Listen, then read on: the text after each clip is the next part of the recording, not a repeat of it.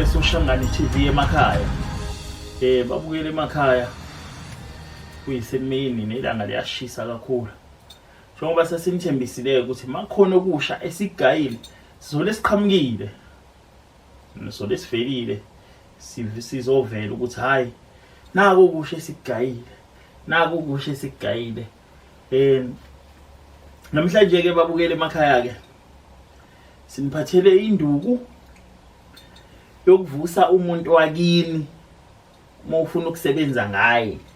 Unebhizinisi mhlawumbe uyagembula mhlawumbe ufuna ukuba namandla ukuthi yonke into oyenzayo yenzeke. Mhlawumbe unesitolo la egcekeni noma nje unama Uber noma unama taxi noma yini oyenzayo ufuna yenzeke.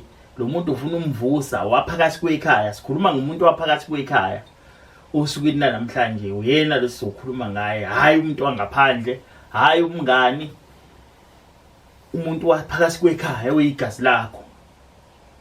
Lana siniphathele induku ke babukeli la ufuna ukusebenza ngalo muntu wakini.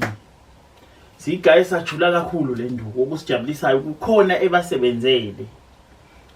Bayijabulela bathi hayi basebenzele le nduku. Ikona okusithokozisile ukuthi nathi siqhamuke sibe nalomdlandla okuzovela la ukuthi hayi asilethe le nduku ke sifike nayo le nduku. Kule nduku la uyishaya ngokhamba. Uyifaka okhambeni.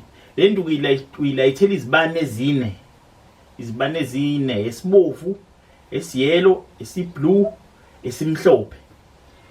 Ulayitha zona mase ushaya ukhamba. Lo khamba lakho ulishaye ummemeze lo muntu ngegama.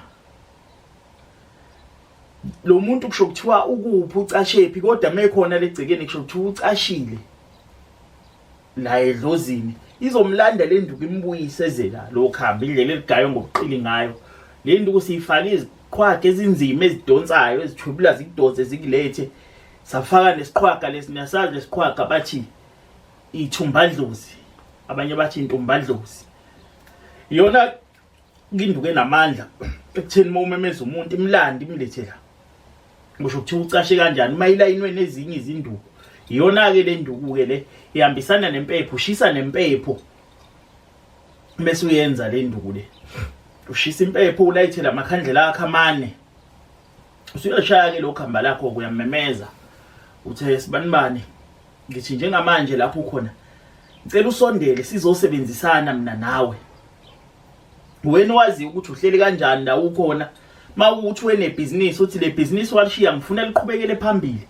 Konke ke phambili. Lo muzi ngwakho ube mkhulu kakhulu kunaloku wakushiyile. Mawukuthi ufune alethe imali eningi usho ukuthi imali ayikho la ekhaya. Sifuna imali ndoda. Imali uyifaka ubusuku nemini. Bheka abanye abahla abawukhanya ozosebenzisana nabo. Akuwena okhulumisana nobamkhulu abawukhanya nogoga abawukhanya ubadosa uze nabo. Nokhokha abawukhanya ubasondeze eduze uzosebenzisana nabo. Sicela ukuthi nokuthi ubale zonke lezi zinto ofuna zenzeke. Bese sewuqedile ukushaya lo khamba. Le bhakede leli ushaya ngale nduku le. Usukha le nto le. Kungangojeka omncane uyakufaka ukubikabili ukufake endishini uhamba uyogeza ngaphandle. Mobuya uyacisha la makhandlela akho.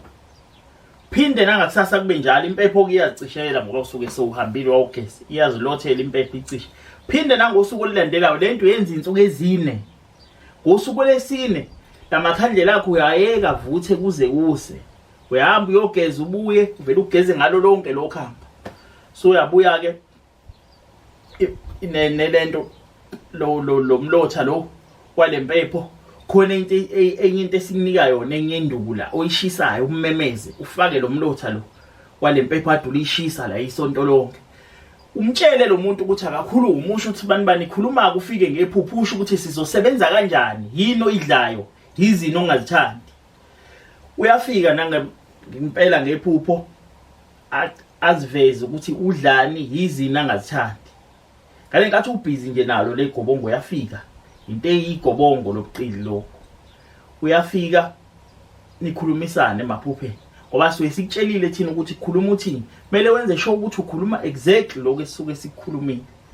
lamakhandlela kusuwayeka futhi ubusuku bonke ke ngosuku lokugcina lolo so lushisa lento ke lesikunika yona olummemeza ulumemeza konke kuyavuleka kuphakame yonke into uthi kuyofika ensukwini eziyishumi usuke sewubona uthi hayi konke sekuhlobile sekuphakeme indlela okwenzakala ngayo kunenye induku eyisigange sikunika yona futhi ufutha ngayo mase sewuqedile lo msebenzi ulufutha ngayo okunye ugeze ngako uhlambe ngako ukhulumise nako iyona ke induku esiniphathele yona ke babukeli ke emakhaya sithi asize sizoyiveza le nduku induku eyisifebe le umuntu oyisifebe ngolumlase eminyangeni umuntu owenza yonke into wena ukhuluma lento ufuna yenzeke uyenze ubizwa ngesifebeke umuntu onjalo leminyangeni kuthiwa hayi le nduku isifebe le nduku yogeza inamandla kakhulu ke lesikunika yona ufutha ngayo le nduku sifake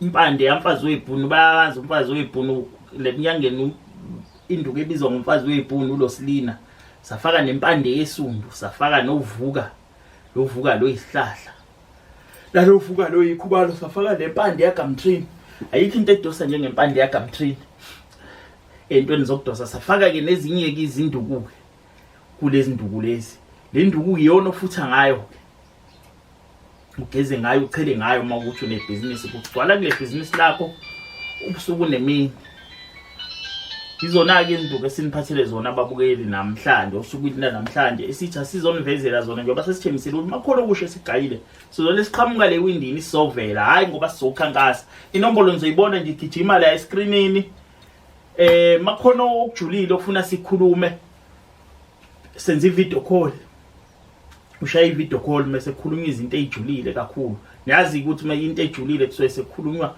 olunye ulimi selithanda ukuqina okunye futhi sicela ukuthi sicele kubabukele emakhaya ni subscribe nala epage sizole siqhamuka nje la kuSoshangane TV ni subscribe sizole siqhamuka makhono kusho sigayile sovela ngokuzayo ke khona sizokhuluma ngako ukujule kakhulu sizomkhuluma